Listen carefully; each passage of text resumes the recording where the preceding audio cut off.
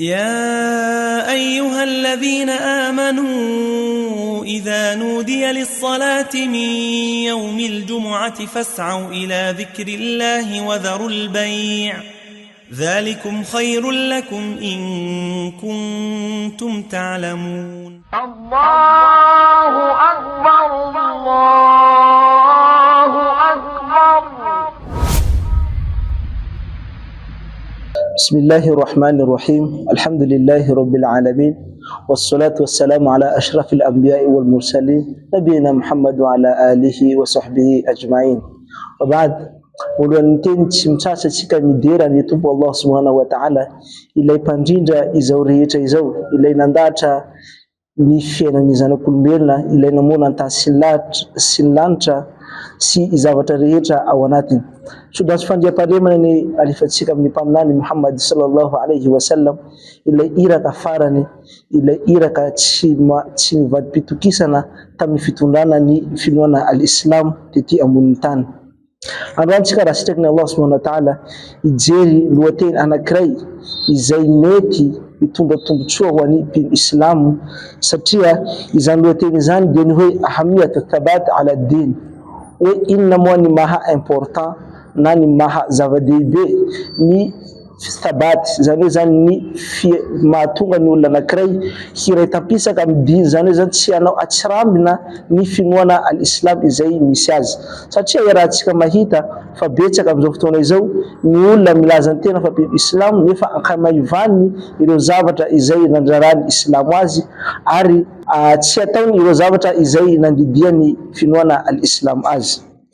Izany zavatra izany dia mety mahatonga olona anankiray ho lasa very tanteraka manoloana ny finoana al-Islam izay misy azy, mahatonga ny olona anankiray ho very lalana tsy hanaraka ny soro-dala ny finoana al-Islam izay tokony hisy azy. Nefa raha hitatsika amin'ny hadithi anankiray izay tanteriny Anas ibn Malik radhiyallahu anhu fa mpaminany sallallahu alayhi wa sallam faqal kana rasulullah sallallahu alayhi wa sallam yuktiru an yakula, zany mpaminany sallallahu alayhi wa sallam dia nankabetsaka ny fitenenana hoe ya muqallib alqulub thabbit qalbi ala dinik. Efa fantatsika fa mpaminany sallallahu alayhi wa sallam izy mitondra finoana al-Islam, zany nefa izy amin'ity doa ty araky ny hadith ty izy dia mbola nangataka amin'ny Allah subhanahu wa ta'ala mba ahatonga azy hifikitra tanteraka amin'ny diny, ahatonga azy tsy vadibadika tanteraka amin'ny finoana al-Islam izay misy azy. Ke karakory antsika zanak'olombelona mpino Islam amin'izao fotoana izao, moa ve tsapatsika amin'ny fiainatsika hoe efa ao anatin'ny tanteraka ao anatin'ny finoana Islam tsika sa ve mbola mila fanamafisana ahatonga atsika iraiki-po tanteraka amin'izany finoana misy antsika izany. Izany zavatra izany dia tsy zavatra hoe mandehandeha ho azy fa misy antony mahatonga ny olona anankiray tsy iraiki-po amin'ny finoana misy azy na mahatonga ny olona anankiray hanamaivana ny zavatra izay tokony iainany amin'ny finoana al-Islam izay misy azy. Satria mpaminany sallallahu alayhi wa sallam dia fanteny hoe ya'ti ala an-nas zamanin as-sabir fihim ala dinihi kalqabid ala al-jamar.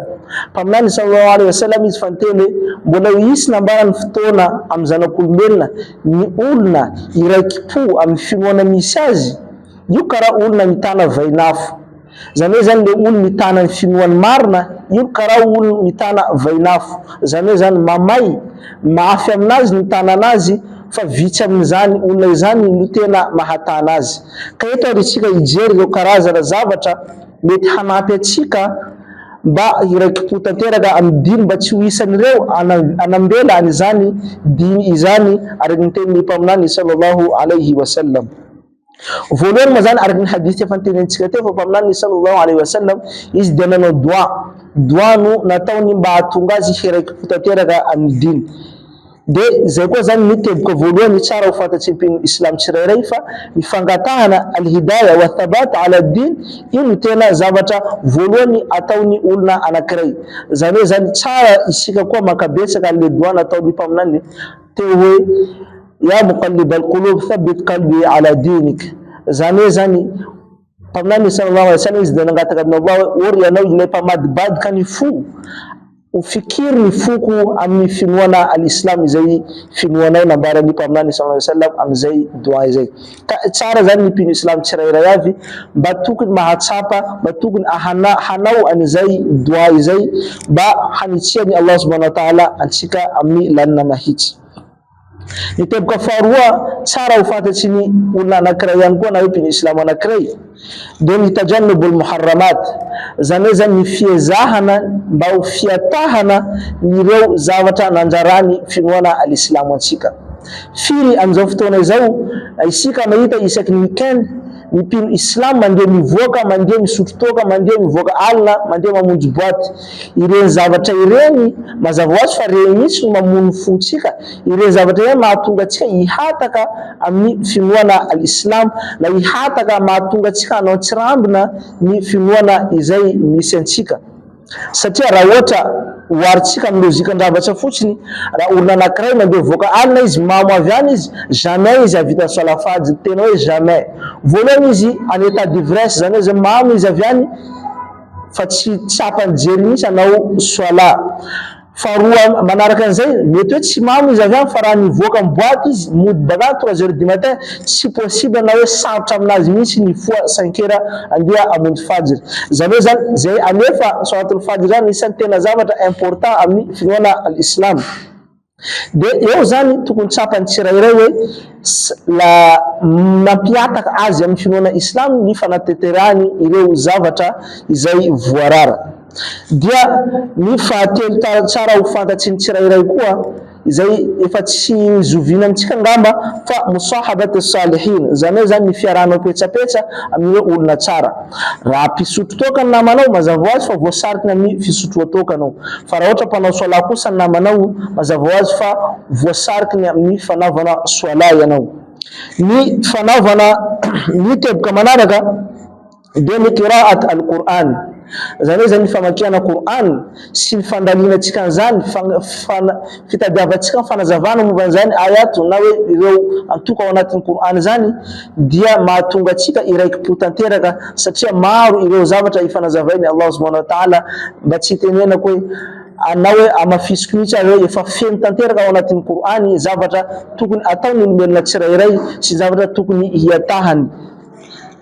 Dia ny manaraka an'izay talabul ulum ad-diniya wa shar'iyya, zany hoe zany fahazotoantsika mitady fahalalana indrindra mahakasika ny finoantsika sy ny mahakasika ny lalàna mamey ny finoantsika.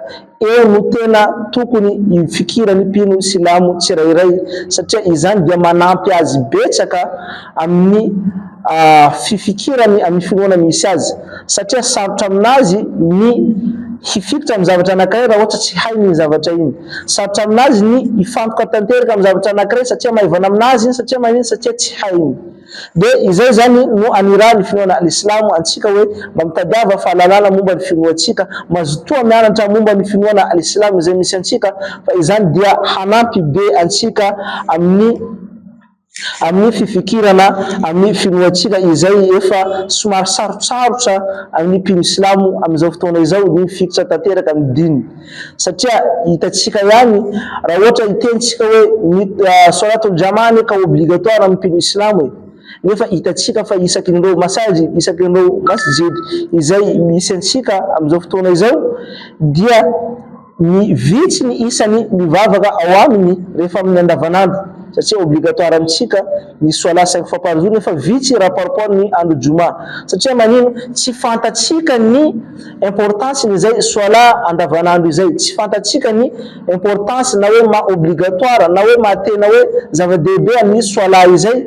Noho iny no tsy fahalalantsika an'izay dia mahatonga antsika manamaivana an'izany. Ka izany anirany finoana al-Islam antsika hoe mianara isika fa izany dia anisany mampitombo ny finoantsika ary mahatonga antsika hifikitra tanteraka amin'ny finoana al-Islam izay misy antsika.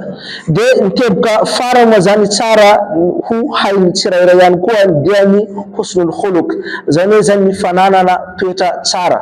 Ny fananana toetra tsara dia anisany mampitombo ny finoanao, dia anisany ahatonga anao ifikitra tanteraka amin'ny finoanao, satria izany toetra tsara izany dia anisany toetra ny mpaminany sallallahu alaihi wasallam ilay mitondra ny finoana islam izay iainantsika. Ny toetra anazy zany tokony halaitsika tahaka mba ahatonga atsika ho mpino-mendrika eo anatrehany Allahu subhanahu wa ta'ala. De mpaminany sallallahu alaihi wasallam zany izy niteny hoe wama ata ahadin ataan khairan wa awsa'a min as-sabr, zany zany tsy misy olona anankiray nomena toetra tsara na hoe nomena fanomezana mendrika ary tena mivelatra kokoa mihoatra ny olona anankiray nomeny Allah subhanahu wa ta'ala faharetana eo amin'ny fiainana. Zany hoe zany mpino islamo anankiray dia tokony hanana faharetana, fa zany dia anisany fanomezana tsara ary zany dia anisany toetra tokony hananany mpino islamo tsirairay mba ahatonga azy hiraiky tanteraka amin'ny finoana misy azy, mba ahatonga azy ho mpino mendrika eo amin'ny finoana al-islam izay iainany. Ka izay ngamba mahakasika ny fampianarana izay hoentsika androany. Wa sallallahu ala sayyidina Muhammad wa ala alihi wa sahbihi ajma'in. يا أيها الذين آمنوا إذا نودي للصلاة من يوم الجمعة فاسعوا إلى ذكر الله وذروا البيع ذلكم خير لكم إن كنتم تعلمون. الله أكبر.